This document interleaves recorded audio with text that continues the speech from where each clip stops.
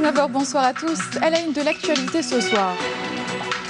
Deuxième jour de visite en 5e région militaire du général de corps d'armée Gaïd Salah, vice-ministre de la Défense nationale, chef d'état-major de l'armée nationale populaire.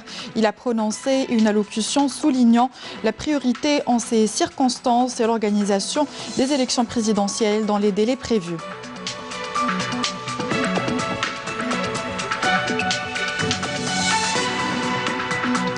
Opération de recherche et de sauvetage réussie par les unités des forces navales. Elle a permis hier de porter secours et assistance à 3 personnes de nationalité étrangère qui étaient à bord d'un voilier battant pavillon allemand. L'opération a permis également de découvrir et de saisir une grande quantité de kifs traités. Les membres de l'Assemblée populaire nationale valorisent le contenu du projet de loi relative à l'autorité nationale indépendante en charge des élections et le projet de loi modifiant et complétant la loi électorale. Les textes ont été présentés et débattus aujourd'hui à la Chambre basse du Parlement. Et puis nous terminerons ce journal avec un mot sur le tourisme. Nous irons visiter Janet à travers un circuit touristique. La région s'apprête à entamer la haute saison. Voilà donc pour les titres. Bienvenue à tous. Lors de la deuxième journée de sa visite en 5e région militaire, le général de corps d'armée Ahmed Gaïd Salah, vice-ministre de la Défense nationale, chef d'état-major de l'armée nationale populaire, a visité et inspecté les unités de la première division blindée à Barika. Et lors d'une réunion tenue avec les cadres et les personnels de la division, le général de corps d'armée a souligné que la priorité qui s'impose en ces circonstances que connaît l'Algérie est l'organisation des élections présidentielles dans les délais prévu, tout en mettant en garde contre les agendas suspicieux qui tentent d'entraver ce processus prometteur. Les détails avec Nazim Azeri. Au début, après la cérémonie d'accueil, le général de corps d'armée, accompagné du général-major Ammar Atemnia, commandant de la 5e région militaire, et en présence du général-major Hassan Aleimia, commandant de la 4e région militaire, a suivi un exposé présenté par le commandant de la 1re division blindée portant sur les missions principales de cette grande unité. À l'issue, le général de corps d'armée a tenu une réunion avec les cadres et les personnels de la division où il a prononcé une allocution d'orientation suivie par l'ensemble des personnels de toutes les unités de la région via visioconférence et à travers laquelle il a souligné que remettre le pays sur la bonne voie requiert nécessairement de définir les priorités définies et que la priorité qui s'impose en ces circonstances que connaît l'Algérie est l'organisation des élections présidentielles dans les délais prévus tout en mettant en garde contre les agendas suspicieux qui tentent d'entraver ce processus prometteur. Remettre le pays sur la bonne voie requiert nécessairement de définir les priorités. Et il n'y a pas l'ombre d'un doute que la priorité qui s'impose en ces circonstances que traverse l'Algérie est la tenue des présidentielles dans les délais impartis. Nous avons parlé auparavant de la nécessité d'accélérer la tenue des présidentielles, mais aujourd'hui, nous sommes absolument certains que celles-ci se dérouleront dans les délais déterminés grâce à la bonne perception du peuple quant aux agendas de certaines parties bien connues qui n'ont aucun lien avec l'intérêt du peuple algérien. Agenda dicté par des entités hostiles à l'Algérie qui consentent tous les efforts tendancieux afin d'entraver la solution constitutionnelle, en l'occurrence la tenue des présidentielles. Ces partis hostiles sont parfaitement conscientes que la tenue des présidentielles signifie le début d'ouverture sur la démocratie réelle. Ceci est loin de plaire à cette horde qui agit selon la logique de la bande, laquelle consiste à appliquer le principe de désinformation et à se cacher derrière des slogans aujourd'hui mis à nu devant l'opinion publique nationale. Ces slogans qui réclament la démocratie d'une part, œuvrent inlassablement pour ne pas l'atteindre d'autre part. En situation de crise réelle, ils se retrouvent face à deux options. Soit accepter le résultat des urnes ou se mettre à l'écart du choix populaire. Ce qu'ils n'accepteront jamais, raison pour laquelle ils cherchent une troisième alternative aux conséquences inconnues et aux répercussions imprévisibles, car totalement loin de l'intérêt du peuple algérien. Une alternative nihiliste, stérile et sans perspective, qui expose la sécurité et la stabilité de l'Algérie à d'innombrables périls. Des périls auxquels l'armée nationale populaire fait face avec fermeté, détermination et volonté inflexible et qu'elle affronte de toute sa force, soutenue par la grandeur des missions qui lui sont assignées et la noblesse de ses positions qui s'attachent en permanence à la légalité constitutionnelle et le référentiel novembriste ainsi qu'au serment solennel qu'elle a prêté à Allah et à l'histoire envers la patrie et le peuple. En effet, l'armée possède des capacités considérables. Je dis bien des capacités considérables qu'elle saura mettre au service de la patrie et du peuple. Que le peuple algérien soit entièrement confiant que son armée tiendra parole, quelles que soient les circonstances, et continuera à l'accompagner à travers tout le territoire national et tout au long de cette phase sensible jusqu'à permettre la tenue des élections présidentielles dans la sécurité, la paix et la sérénité, n'en déplaise à cette petite horde nuisible qui a surestimé sa dimension réelle et exagéré son ampleur fictive, tentant avec vanité et obstination de nager contre le courant de l'Algérie, terre et peuple, histoire et valeurs nationales ancestrales, omettant que quiconque nage contre ce courant sera inévitablement emporté par les flots.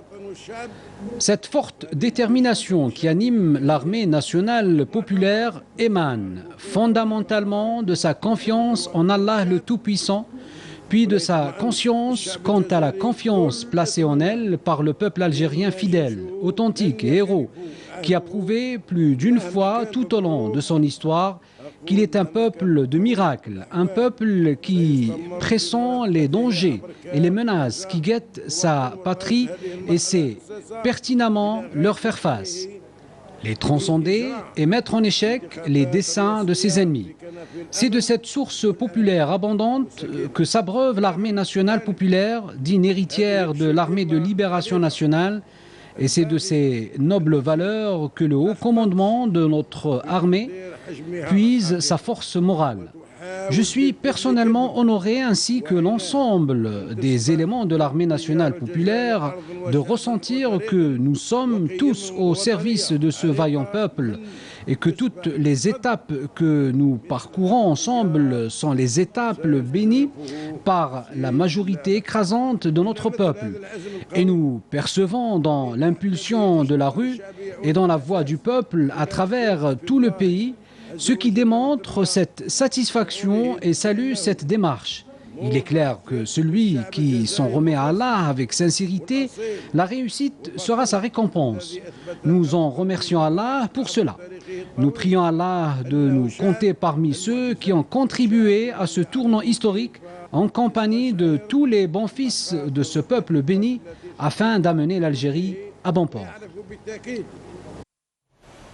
Le général de corps d'armée a affirmé que le meilleur moyen qui puisse permettre au peuple algérien de relever tous les enjeux actuels et futurs et de se prémunir contre les mensonges récurrents et continus que véhicule insolemment cet ordre égaré qui veut imposer sa vision aberrante à la majorité du peuple algérien.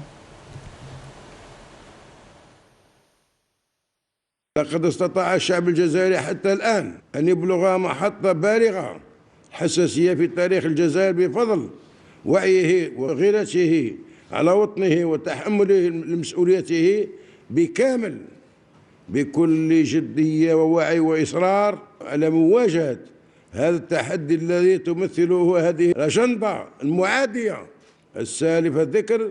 والأكيد أن أنجع سبيل يكفل للشعب الجزائري كسب كافة الرهانات الحاضرة والمستقبلية، وهو الانتباه للمغالطات المتكررة المستمرة التي تبناها بكل وقاحة هذه الشرذمة الضالة التي تريد أن تفرض رؤيتها المنحرفة على أغلبية الشعب الجزائري من خلال توظيف، أقول من خلال توظيف فروعها الإعلامية داخل وخارج الوطن، وتجنيد بعض الأبواق المأجورة التي تنعق من خلال وسائل التواصل الاجتماعي، هذا إلى وسائل التسخير المغرض للمسيرات الشعبية والطلابية عبر تصدر هذه المسيرات والحرص على رفع بعض الشعارات فارغة بصفة متكررة تخدم رؤيتهم السقيمة، تتماشى تماما مع ما ترمي إليه أهدافهم السالف الذكر. في كيف لهذه الأهداف المسمومة أن تتحقق؟ وللجزائر رجال صدقوا النية وعقدوا العزم على إخراج بلادهم من أزمتها، فعلى أبناء الشعب الجزائري بكافة فئاتهم أن يساهموا في إنجاح هذا المسعى الوطني الهام، وأن يكونوا كما عهدناهم دوما في خانة الأوفياء وللوطن. ولا يسعني في الختام إلا أن أحيي هذا الوعي المتزايد وهذا الإدراك القوي للمصلحة العليا للجزائر التي ما انفك يظهرها الشعب الجزائري بكل وضوح ومثابرة وإخلاص في خصال ليست غريبة على شعبنا الأصيل، الذي نحن على ثقة تامة بأن مشاركته ستكون قوية ومكثفة في انتخاب رئيس الجمهورية المقبل بكل حرية ونزاهة وشفافية وحسن اختيار، لتأكد شعبنا أنه سيبقى دوما مسنودا بالجيش الوطني الشعبي في كل الظروف والأحوال، وسيسجل التاريخ أن الجزائر استطاعت أن تبلغ مبلغها بفضل هذا التكاتف وهذا التضامن القوي والمنقطع النظير الذي يجمع الشعب الجزائري بجيشه خدمة للوطن. ففي سبيل هذا الوطن الغالي سيبقى الجيش الوطني الشعبي متمسكا بقوة بمواقفه، أقول بمواقف ثابتة، وسيظل مرافقا للشعب إلى غاية انتخاب رئيس الجمهورية، وذلك هو العهد الذي قطعناه على أنفسنا بكل همة واقتناع وإصرار.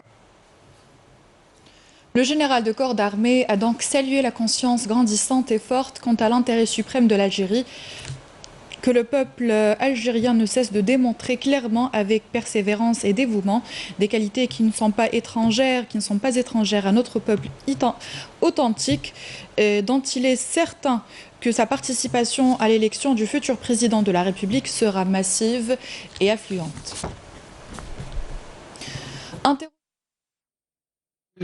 Les concitoyens convergent vers l'organisation d'élections présidentielles dans les plus brefs délais. On les écoute.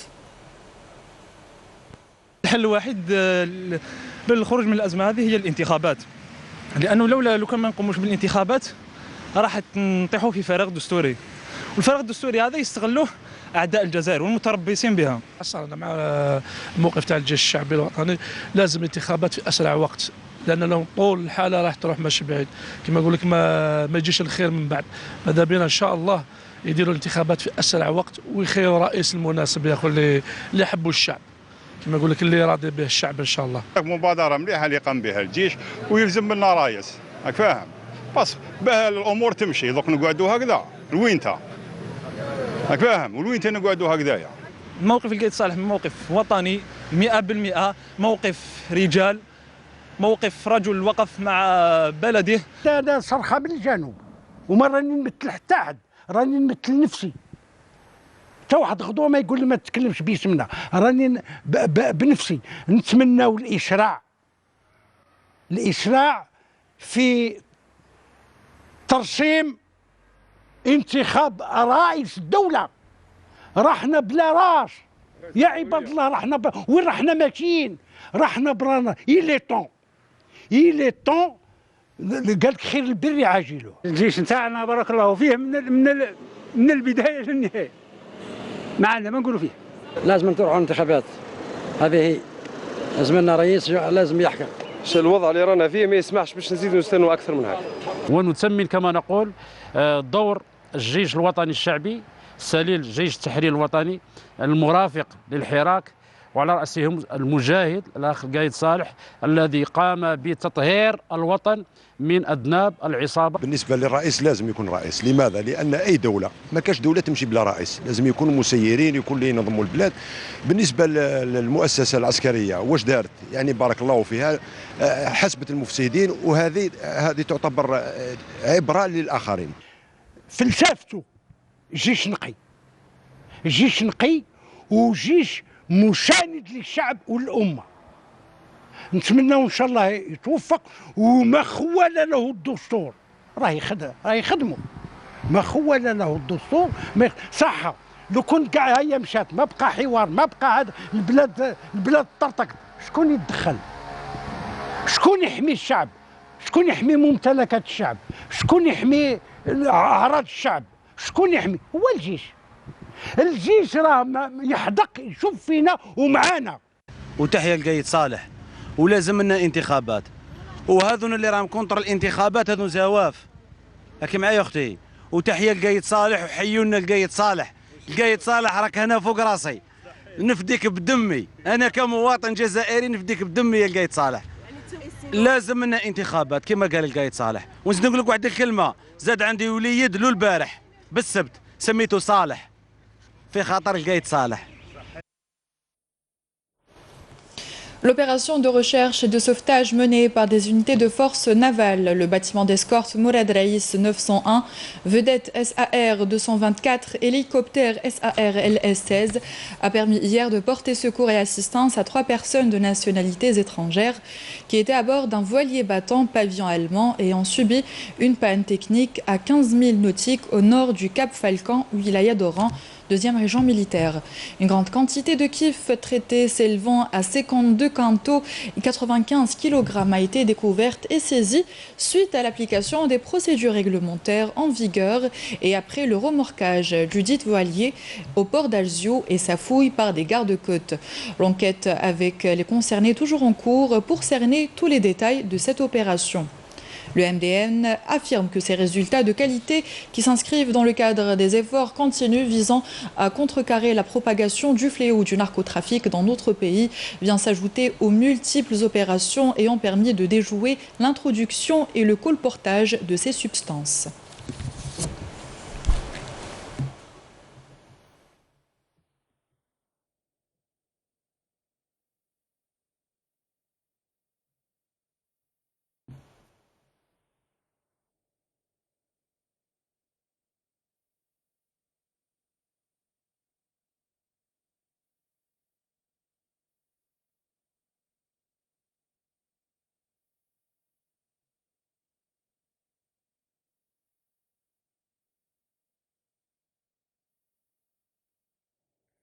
À la reprise aujourd'hui de leurs travaux en plénière, les membres de l'Assemblée populaire nationale ont valorisé lors d'une séance de débat en présence du ministre de la Justice, garde des Sceaux, le contenu du projet de loi relative à l'autorité nationale indépendante en charge des élections et le projet de loi modifiant et complétant la loi électorale. Les détails du contenu de ces 2 projets de loi avec Naïma Chkchek. Sortir au plus vite le pays de sa crise politique en accélérant la tenue de l'élection présidentielle avec des garanties lui conférant liberté, honnêteté et transparence. C'est la teneur des 2 projets de loi organiques que le ministre de la Justice, garde des Sceaux, Belkacem Zermati, a présenté à l'ouverture de cette plénière de l'Assemblée populaire nationale. Des projets de loi organiques que les députés présents ont plutôt très favorablement accueillis. Et pour cause. Ces modifications sont très importantes dans la vie démocratique de la nation, d'autant plus que l'administration est écartée totalement de cette opération électorale, ce qui donne une impression, plutôt une vive impression sur la prochaine démocratie, sur la vie démocratique en Algérie. Cette loi relative aux élections qui va sûrement être passée, votée, automatiquement, c'est une loi qui donnera effectivement au peuple algérien le droit de participer, de choisir effectivement ses représentants. Ces deux lois répondent à une conjoncture d'urgence. Et j'insiste en disant qu'elles viennent répondre bien à propos aux revendications du Hirak pacifique. 5 chapitres avec 54 articles de loi proposés pour le projet de loi organique relatif à l'autorité nationale des élections et 6 articles de loi proposés pour ce qui concerne le projet de loi organique modifiant et complétant la loi organique relative au régime électoral. En débattant ces textes juridiques, les députés ont axé sur le caractère inédit de ceux-ci. Ces 2 projets de loi organiques sont une nouvelle occasion pour répondre aux revendications du peuple, ceci pour garantir des élections honnêtes et transparentes. Le seul garant des voix des citoyens, c'est bien une structure électorale indépendante qui suive tout le processus électoral. Les députés intervenants ont valorisé l'accompagnement par l'institution militaire de la volonté des citoyens pour aller à une nouvelle Algérie. Sous la présidence de Salah Goudjil, président par intérim du Conseil de la Nation, le bureau du Conseil a tenu aujourd'hui une réunion élargie à tous les présidents des groupes parlementaires. Et ce, pour l'examen de l'ordre du jour du Conseil pour les prochains jours. Il a été décidé de reprendre les séances plénières du Conseil de la Nation dès vendredi prochain pour l'examen et l'adoption du projet de loi organique modifiant et complétant la loi organique relative au régime électoral et la loi organique relative à l'autorité nationale en charge des élections. Le bureau a également décidé le renvoi de la demande du ministre de la Justice, garde des Sceaux, concernant la levée de l'immunité des 2 membres du Conseil de la Nation, Ali Talbi et Ahmed Ourari, devant la commission des affaires juridiques administratives, des droits de l'homme, de l'organisation locale, de l'aménagement du territoire et du découpage territoire, et ce en vue d'établir un rapport sur la question et le soumettre au bureau pour être exposé par la suite aux membres qui vont trancher sur la question à huis clos. Le directeur général de l'EPTV, Salim Rebahi, a assisté à la cérémonie de création du forum de formation pour l'initiative de la route et de la ceinture en qualité de représentant du ministre de la Communication, porte-parole du gouvernement Hassan Al-Abhi.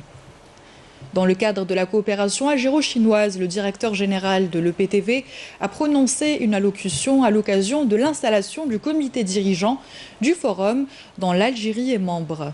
Le représentant du ministre de la Communication a, en compagnie du directeur de l'ASBU, Slimane Abdrahim, donné le coup d'envoi du concours de la langue arabe 2020 organisé par la télévision chinoise.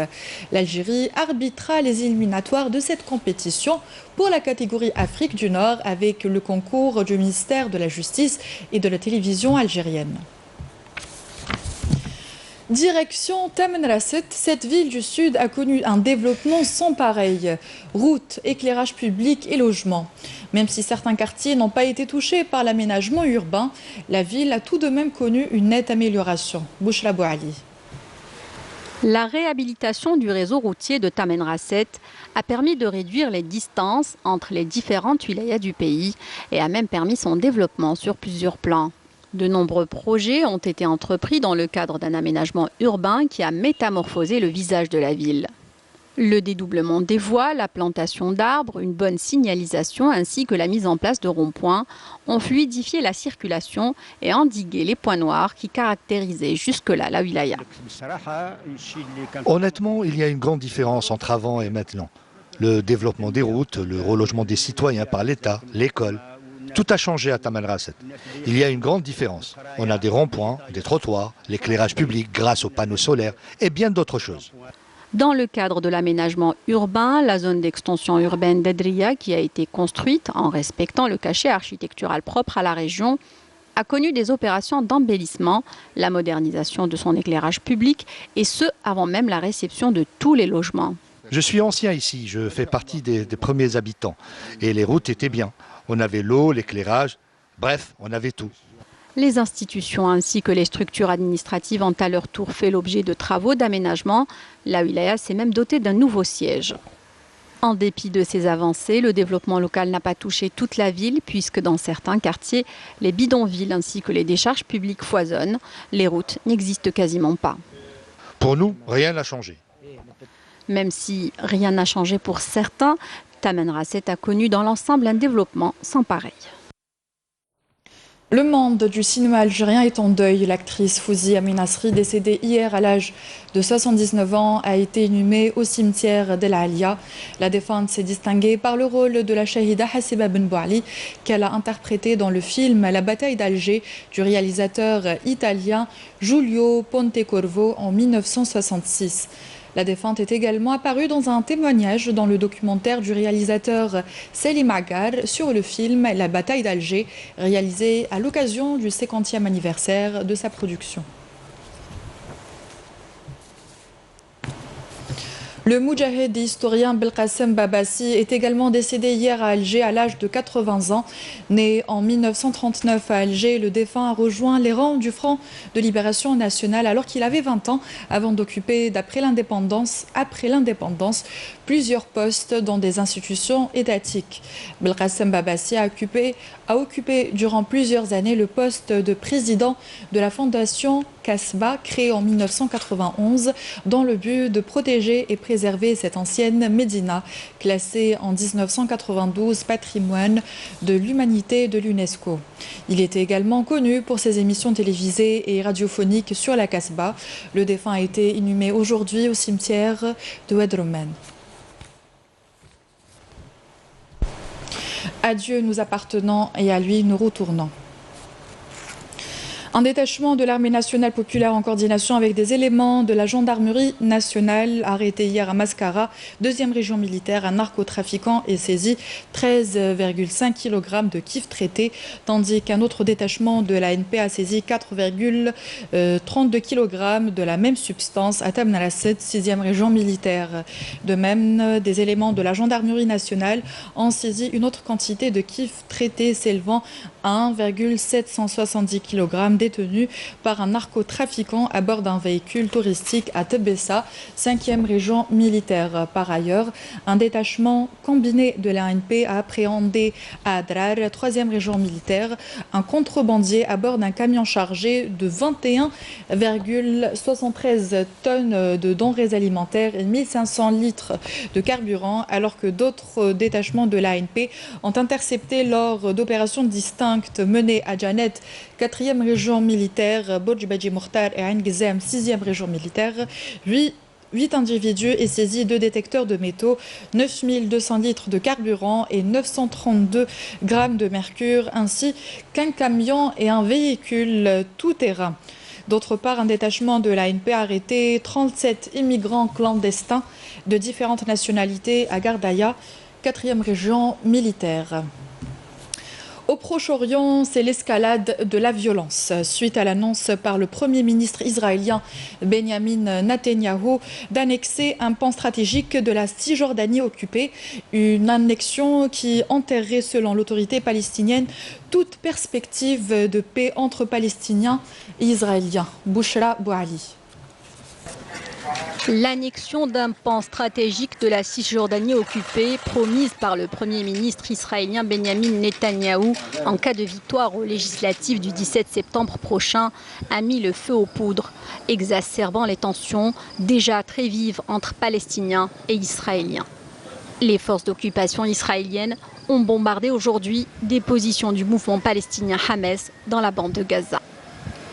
Pour Saeb Ariqat, secrétaire général de l'Organisation de libération de la Palestine, l'annexion de la vallée du Jourdain enterrerait toute perspective de paix. Le Premier ministre israélien est déterminé à faire en sorte que les perspectives de paix entre Palestiniens et Israéliens soient totalement enterrées. La vallée du Jourdain représente environ 30% de la Cisjordanie, territoire palestinien occupé par Israël depuis 1967. Si la colonisation s'est toujours poursuivie sous tous les gouvernements israéliens, force est de constater qu'elle s'est accélérée ces dernières années sous l'impulsion de Netanyahou fort du soutien indéfectible de son allié américain, Donald Trump. Pour rappel, les dernières négociations israélo-palestiniennes sous l'égide américaine ont fait chou blanc en avril 2014. D'ailleurs, les dirigeants palestiniens ont coupé tout contact formel avec la Maison-Blanche depuis que Trump a reconnu en 2017 Al-Quds occupée comme capitale d'Israël. Excédé face à autant d'impunité, le secrétaire général de l'OLP a demandé à la communauté internationale de cesser de se dire préoccupée à chaque annonce de colonisation israélienne et de passer à l'acte. Nous sommes à quelques jours de la 74e session de l'Assemblée générale des Nations unies. Nous espérons que la communauté internationale se tiendra debout, côte à côte, pour demander à Netanyahou de rendre des comptes, de demander des comptes au gouvernement israélien. De son côté, l'OCI, Organisation de la coopération islamique, tiendra ce dimanche, à la demande de l'Arabie saoudite, une réunion extraordinaire au niveau des ministres des Affaires étrangères pour débattre de la grave escalade israélienne. Retour chez nous pour partir directement au sud-ouest d'Algérie. La ville Djanet attire chaque année des centaines de touristes venus des 4 coins du pays et du monde. 8000 touristes ont visité déjà Djanet l'an dernier. Différents circuits leur sont proposés à chaque fois. Anissa Bouzid. Véritable musée à ciel ouvert, avec ses gravures rupestres et ses sites archéologiques qui lui ont valu la renommée du plus grand musée de la préhistoire du monde. Djanet reçoit chaque année un nombre important de touristes de différentes nationalités qui trouvent leur confort grâce aux nouvelles infrastructures créées récemment dans la région. On a découvert le Tassili, Najer, le Tadrat, Djanet. Et alors on préfère Djanet parce qu'il offre beaucoup de choses en plus. È la prima volta e il paesaggio è bellissimo. Mi auguro che siate capaci di mantenerlo integro così com'è. Nous sommes en train de préparer différents événements, notamment la fête de la Sebeiba. Nous programmons des sorties sur différents circuits touristiques tous les 4 à 5 jours. Et à chaque fois, c'est un lieu différent. Il est à souligner que l'année passée, la ville de Djanet a reçu plus de 8000 touristes, issus de différentes nationalités. Un nombre en constante augmentation grâce à l'ouverture des portes de l'investissement dans le domaine hôtelier. Nous traitons chaque jour des dossiers pour accorder des permis pour pouvoir accueillir des touristes étrangers. Nous souhaitons qu'il y ait plus d'investissements dans ce secteur, notamment en ce qui concerne l'hébergement et la restauration afin de booster l'économie nationale. Préserver les sites touristiques et assurer la sécurité des touristes ne fera que renforcer et promouvoir le secteur du tourisme, notamment dans le Grand Sud algérien. L'équipe du CR Belouizdad est arrivée hier au Caire pour sa rencontre face au FC Pyramide d'Égypte dans le cadre de la CAF. Le match se jouera samedi prochain avec à la clé une qualification pour les 8e de finale de cette compétition. A noter que le match retour aura lieu le 27 septembre prochain. Sarah Derbel. Après un bon début en championnat, le CR Belouizdad compte rester sur sa lancée en réalisant un résultat positif dans son déplacement au Caire, qui l'opposera aux Pyramides d'Égypte pour le compte des 16e de finale de la Coupe de la CAF. Une manche allée que les Belouizdadis ont bien préparée. Cette rencontre sera difficile face à une équipe solide, qui possède de bons joueurs.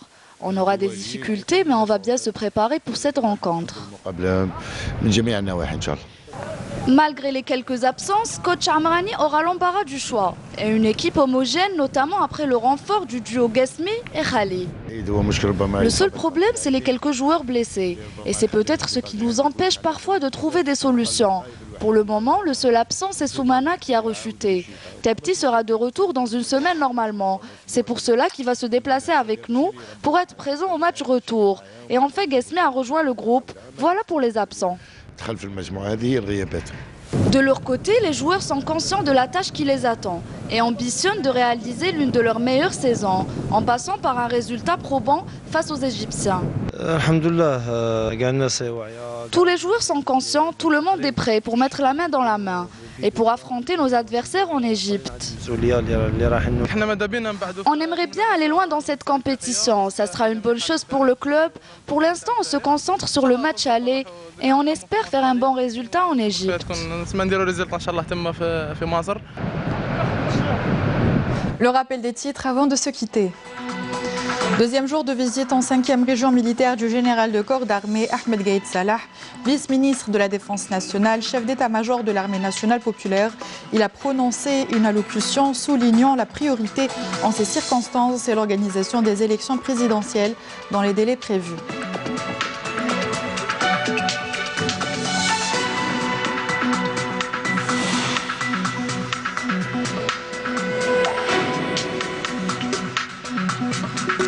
Opération de recherche et de sauvetage réussie par les unités des forces navales. Elle a permis hier de porter secours et assistance à 3 personnes de nationalité étrangère qui étaient à bord d'un voilier battant pavillon allemand. L'opération a permis de découvrir et de saisir une grande quantité de cuivre traité.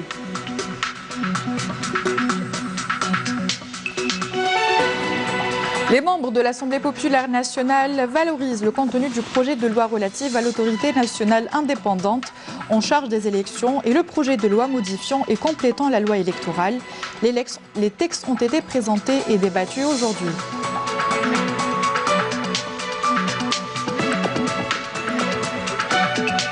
Cap sur Djanet, nous sommes allés visiter Djanet à travers un circuit touristique. La région s'apprête à entamer la haute saison.